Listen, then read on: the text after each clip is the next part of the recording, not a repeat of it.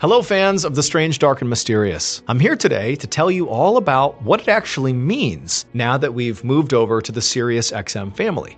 Big picture, it means we are going to make more content for you. Right now, you get one YouTube video a week on Saturday. Well, what we're going to do now is we're going to have the Saturday upload be the same, but then also the MrBallen's podcast. Well, we've begun already filming those episodes like a YouTube video. So that's a second piece of content every week. Then there's 2 other shows that you guys don't even know about yet, which means on any given week, you could have up to 4 new video pieces of content on the MrBallen's channel. And also, all these pieces of content will double as podcasts as well. This new content schedule is going to start early next year. Also, there's one other thing I want to clarify, which is the state of MrBallen's Medical Mysteries and Redacted. Those shows were created in collaboration with Wondery, but now we're partnered with Sirius, and so we're not going to be making any new episodes of either of those shows. For now, if you want to hear my podcast episodes 1 week early and ad-free, make sure to subscribe to SiriusXM Podcast Plus on Apple Podcasts or visit SiriusXM.com/Podcast Plus to listen with Spotify or another app of your choice. Keep on the lookout for more announcements in the coming weeks. Thank you. In today's story, a family uncovers a secret on a laptop, and after that, everything spirals completely out of control. But before we get into today's story, if you're a fan of the strange, dark, and mysterious delivered in story format, then you've come to the right show because that's all we do.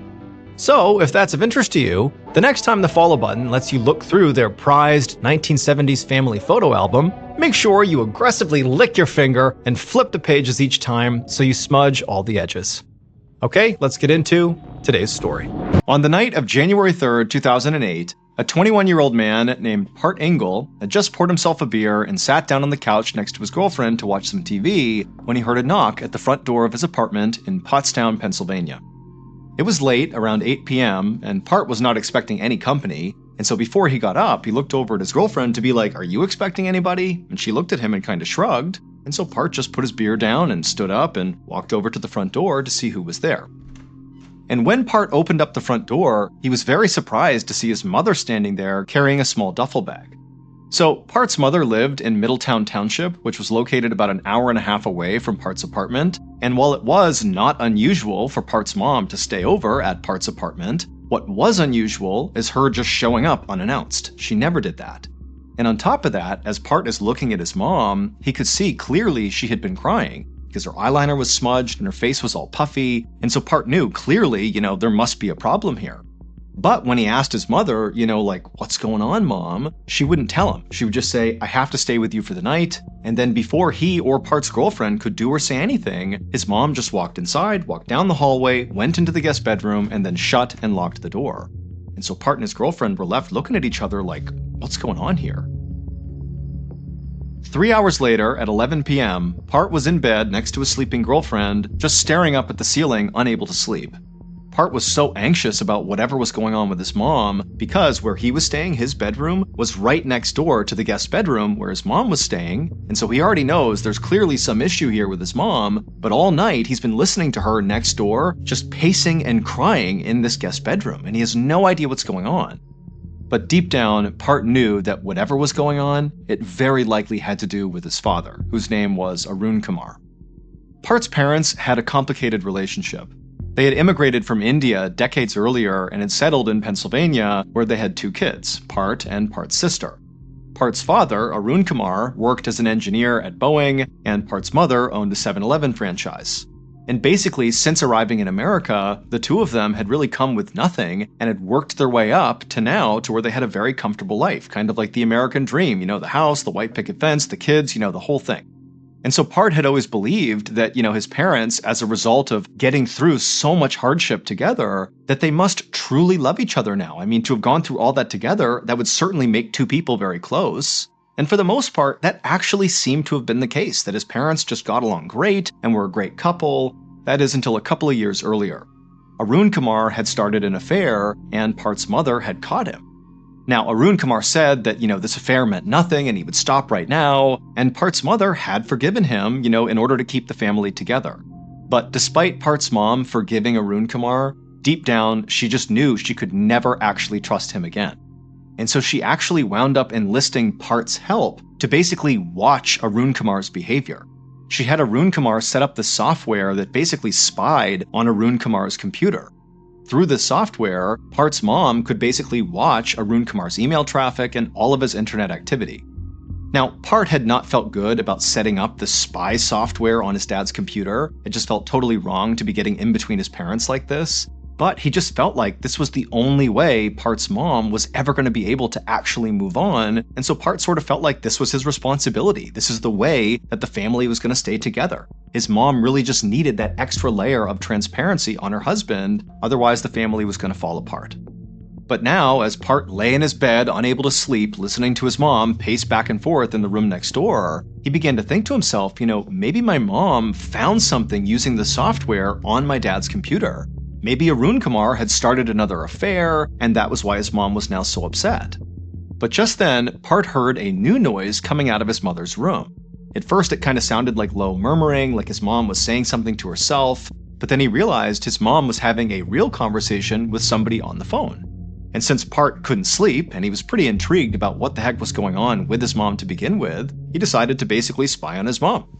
So he very quietly got out of his bed, and he walked around to the wall that lined up against his mother's room, and he put his ear to the wall, and he began to listen. And what he heard was far worse than anything he could have imagined.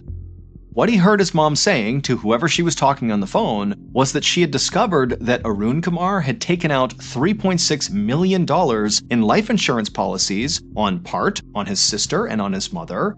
And now Part's mom was saying to whoever she was talking to on the phone that she wasn't even worried about divorce at this point.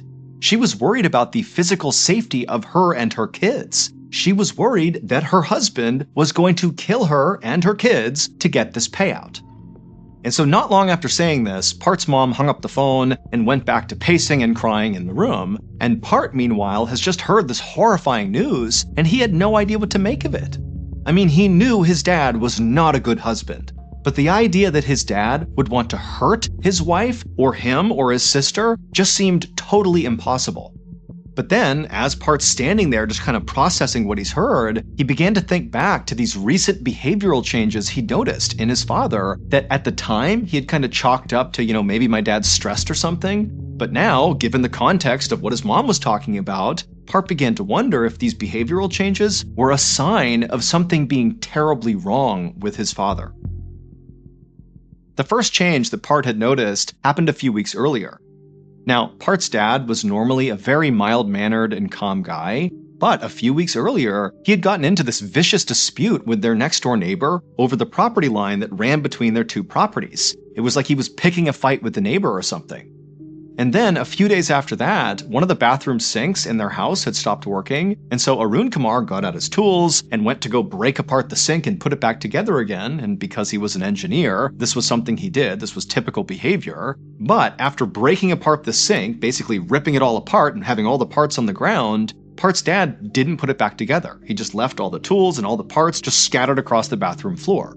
And considering that Arun Kumar was typically incredibly meticulous and organized, and he's this brilliant engineer, to Part, seeing his dad leave this sloppy mess and this unfinished sink, it felt totally off. And so standing there in his bedroom, totally horrified about everything he's heard, and now kind of second-guessing everything he knew about his dad, who suddenly seemed like this combative, kind of disorganized guy, Part suddenly felt like, I have to learn more here. I have to figure out if my dad really is a threat. So Part quietly left his bedroom and made his way to the kitchen where his laptop was, and he loaded up that software that spied on his dad's computer. And as he began logging into this program, Part was thinking, maybe I'm going to find something that will show that my mom is clearly just overreacting and misinterpreting what she's seeing, that, my dad is not, out to kill us for some insurance payout. But after loading up this program and kind of scanning through some recent activity, Part realized that actually the situation with his dad was way worse than his mom had made out on that call he overheard. He not only found all these multi-million-dollar insurance policies taken out on him, his sister, and his mom, but also he discovered this stash of fraudulent-looking paperwork. There were all these passport photos of his father, but then connected to these photos was a passport application that was using somebody else's name, as if his father was trying to forge paperwork to create a phony passport for himself. And so at this point, Part felt like his mother was certainly not overreacting here, that in fact it really did seem like his father was, preparing to kill his family and collect millions of dollars in insurance money, and then using this, fake passport he was making, he'd be able to flee the country. For the next several days, Part's mom stayed at Part's apartment, but she barely ever left the guest bedroom. And then when she would leave the bedroom, Part would go up to her and try to ask her, hey, what's going on, without giving away how much he knew already. But Part's mom was like, nope, I don't want to talk about it. And she would just go right back in the room, shut and lock the door. And so finally, after several days of this, Part just went to his mom's bedroom door. He knocked on the door until she answered. And then before she could kind of shoo him away, he said, Mom, stop. I know what's going on. I read the emails and we have to figure out what we're going to do because our lives literally depend on it. I agree with you, it looks like Dad is going to kill us and then flee the country. And so Part and his mom would talk through all the details of what was found on his computer, and ultimately they would decide that Part would be the one to go to police and tell them what was going on with Arun Kumar. And so the next day, Part went to the police station, with a stack of evidence that he believed would implicate his father, and Part was so nervous about this, he was shaking. But when he talked to an actual police officer, they looked over his evidence and they heard the whole story. They told him, look, we really can't do anything about this.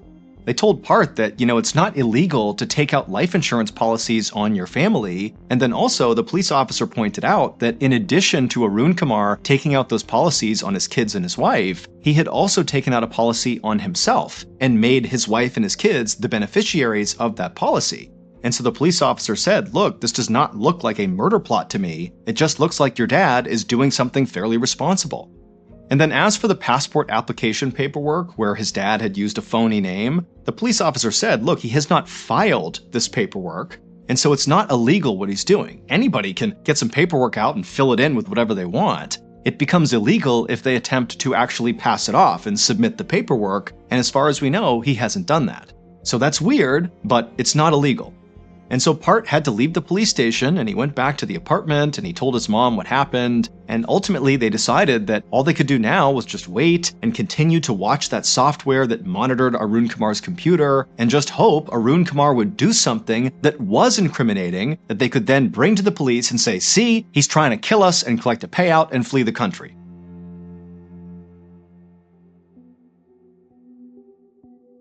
But over the next few days that Part and his mother every day just constantly checked this software and watched what Arun Kumar was doing on his computer, all they saw was Arun Kumar was using his computer to do work emails and really basic stuff, absolutely nothing incriminating.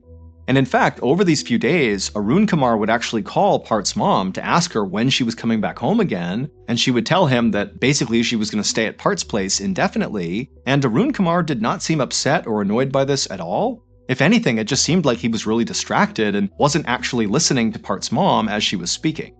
And while this did seem kind of suspicious to Part and his mom, that basically Arun Kumar didn't care that his wife wasn't coming home anytime soon, it still wasn't incriminating.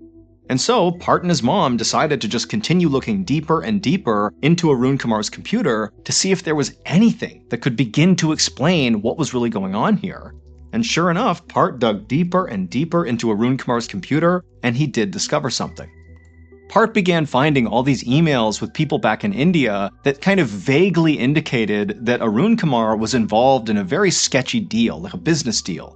Now, again, the emails were incredibly vague, but what was clear in these back and forths in these emails was that it seemed like Arun Kumar had gotten wrapped up with some really shady people, and they were having these really nasty exchanges in these emails about this, deal that Arun Kumar seemed to be involved in.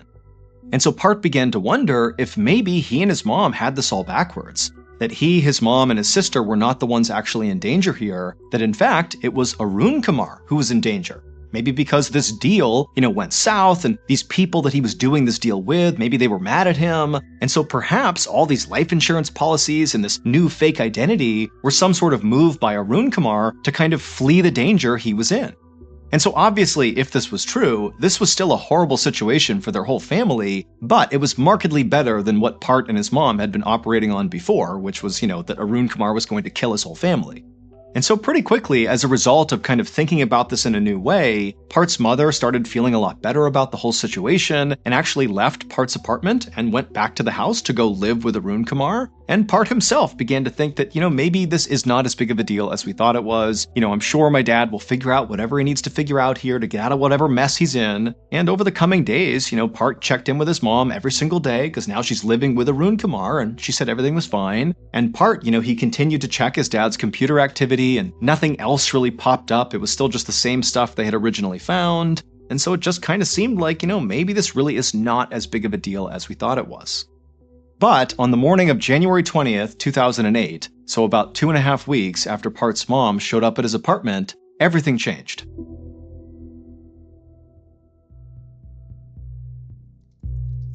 On that morning, Part logged into his computer to check on his dad's computer using that software because he was still checking it every single day. And the first thing he saw was his dad had sent this email to this woman who Part didn't know, and this woman was certainly not his mother. And in this email, his dad told this person that he had a big contract coming up and he was going to make a ton of money from it. And then also at the end of this email, he told this woman that he loved her. And so right away, Part's thinking, okay, my dad is obviously having another affair because this is not my mom and he's saying he loves her. And also, what's my dad talking about with this big contract coming up? Is he talking about the insurance policies? Does he expect those to pay out soon, indicating that I, my sister, or my mom might be dead? And then also, the other thing that Part noticed that morning as he's checking through his dad's computer activity is he found another message his dad had sent out recently where he communicated to somebody that his father had died. So Part's grandfather had died. And also in this message, Arun Kumar is telling this person that he's going to go to his dad's funeral alone, that his wife and 2 kids were not invited to this funeral. And so Part's reading this, and he's totally devastated by the fact that his grandfather's dead, and the fact that, he's not being invited to the funeral? But again, he's thinking, oh my gosh, is that because my dad thinks I'm not going to be alive? Is this all connected, between the big contract and the fact that we're not going to be at the funeral? Is this my dad thinking he's going to enact this murder plot soon? Part didn't know, but he felt like he and his mom and his sister were running out of time, and he needed to act right now. And so Part got off his computer, he called his mom, and they made a plan. That evening, at around 9:15 p.m., Part got in his car and began driving towards his parents' house to go confront his dad. This was the plan he and his mom had come up with. Basically, his mom would stay at Part's apartment, and Part would go and tell his dad, we know about what you're doing, and you gotta stop. And even though Part was totally jacked up on adrenaline as he drove towards the house, he felt like he really had the upper hand going into whatever this confrontation was going to be. Because, number one, Part was showing up totally unannounced at night to his dad's place. His dad's going to be caught off guard when he sees him. And also, Part knew he was much physically bigger than his father. Part was over 6 feet tall and over 200 pounds, and so he had the physical angle as well. And so Part really felt confident driving towards the house that he was going to come out the victor in whatever ensued. At around 10:45 p.m., Part finally arrived in front of his parents' house. He parked the car, he got out, he walked up the front steps, and he knocked on the front door. And a couple of seconds later, Arun Kumar came to the door, he opened it up, and he's totally confused to see his son standing there. And then before Arun Kumar could do anything, Part, in his deepest and most authoritative voice, looked at his dad and said, "We need to talk." And then he intentionally bumped into his dad with his shoulder as he walked into the house. And so his dad is standing at the front door, not really sure what's going on. And Part, after taking a few steps in, he abruptly turns around. And so now he's looking back at his dad. And he takes a step forward and gets right in his dad's face and says, I know what you're up to. I know what you've done. And you have a simple choice to make. You can either stop what you're doing and become the family man you're supposed to be, faithful to mom, or I'm going to go to the police and tell them what you're up to, and you're going to go to jail. Either way, whatever you're doing stops right now.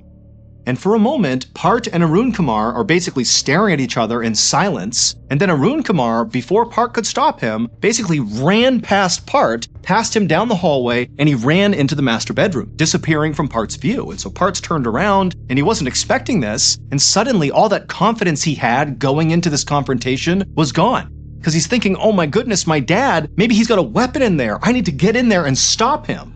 And so Part, he turns and runs down the hallway. He darts into the bedroom, having no idea what he's going to see inside, but what he sees does catch him off guard.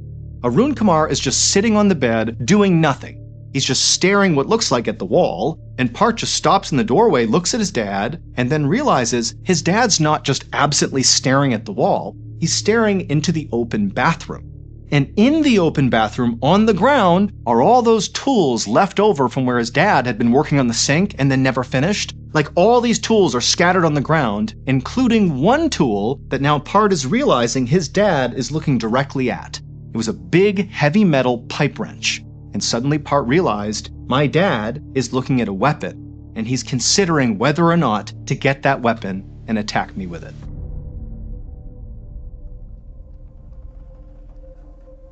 The next morning, Part's mother pulled up in front of the house that she shared with Arun Kumar. She walked up the steps, went to the front door, she opened it up, and as soon as she stepped inside, she yelled out, hello, who's here? But there was silence. And immediately she got a bad feeling, but she knew she had to investigate. And so Part's mom began slowly walking down the hallway, the same hallway that Part and his dad had been fighting in the night before. And she went down the hallway and she turned and looked into the master bedroom, and she couldn't believe what she saw. There was blood on the carpets, on the walls. It was a bloodbath, and in the middle of the room was an obvious dead body that was so mutilated and destroyed, she couldn't even identify it. And so seconds later, she had run outside and dialed 911.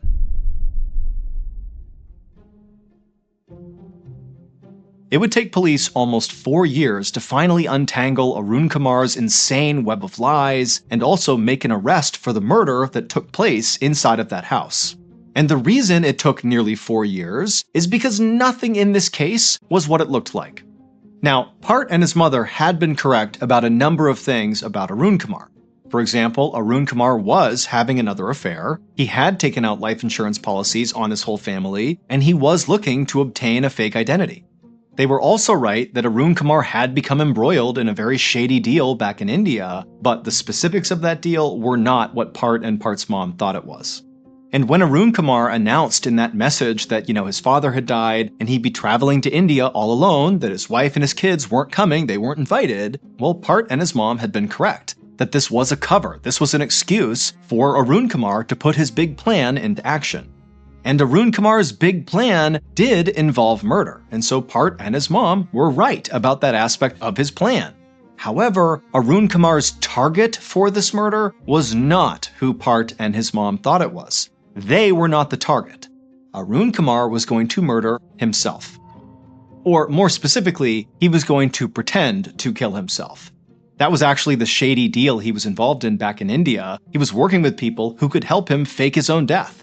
And so what he was going to do is go to India, fake his death, and then once he was dead on paper, that would trigger an insurance payout of his own life insurance policy, and that money would go to his wife and his kids, and then Arun Kumar would disappear using his fake identity he would have, along with his mistress, the woman he was having an affair with. That was the person he had sent that email to talking about the big payout. But Part and Part's mom did not know this last critical piece of Arun Kumar's plan. They really believed they were the target of this big plot, that they were going to get killed. And so that's why they felt like they had to act first. So on January 20th, 2008, Part and his mother worked out an alibi for themselves. What they were going to tell people is that at around 8 p.m., Part went and picked up his mother from the house that she shared with Arun Kumar, and the two of them just went back to Part's apartment, and that was it. But in reality, Part never went over and picked his mom up and brought her back to the apartment. Instead, she was at the house with Arun Kumar when Part showed up at 10:45 p.m. to confront Arun Kumar. So it was him and his mom at the house as Part is demanding Arun Kumar come clean and stop what he's doing. And then at some point during this heated argument in the hallway, Arun Kumar turned and ran into the bedroom, and Part chased after him, and Part, he sees Arun Kumar sitting on the edge of the bed, and he thinks his dad is looking at the pipe wrench on the floor in the bathroom, and Part thinks, my dad is about to get that wrench and attack me with it. And so Part just acted first, and he ran and grabbed that wrench, and he beat his father to death with it. And then after leaving his father's unrecognizable, mutilated body just lumped in the middle of the bedroom floor, blood all over the walls, he and his mother just left the house and went back to Part's apartment. And then the next day, Part's mom went back to the house and she pretended to find Arun Kumar's body, even though she already knew he was in there. And then she called 911 and acted totally beside herself when they showed up, as if she had just happened upon her husband's dead body. But almost 4 years later, when the truth finally came out about this horrible situation, Part and his mother were arrested. Now, both of them absolutely maintained that they genuinely believed their lives were in danger because of Arun Kumar, and they said during that confrontation in the house, Part was only acting in self-defense. He really believed his dad was going to grab that pipe wrench first, and so he had to do it before him, and that's why he killed his dad. But ultimately, Part would plead guilty to manslaughter, and he would be sentenced to 33 months in prison, and Part's mother would plead guilty to conspiracy, and she would be sentenced to 10 months in prison.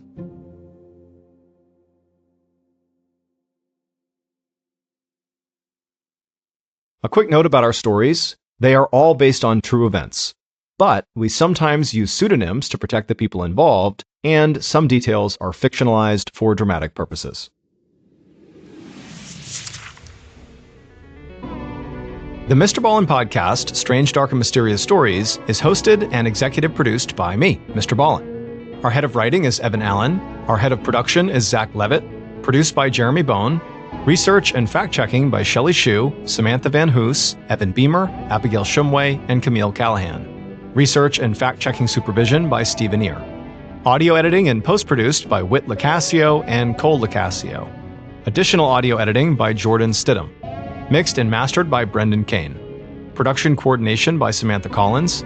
Production support by Antonio Minata and Delana Corley. Artwork by Jessica Clogston-Kiner. Theme song called Something Wicked by Ross Bugden. Thank you for listening to the MrBallen podcast. If you enjoyed today's story and you're looking for more bone-chilling content, be sure to check out all of our studio's podcasts. There's this one, the MrBallen podcast, as well as MrBallen's Medical Mysteries, Bedtime Stories, Wartime Stories, Run Fool, Redacted, Late Nights with Nexpo, and A Twist of History. All you have to do is search for Ballen Studios wherever you get your podcasts. To watch hundreds more stories just like this one, head over to our YouTube channel, which is just called Mr. Ballen. So that's going to do it. I really appreciate your support. Until next time, see ya.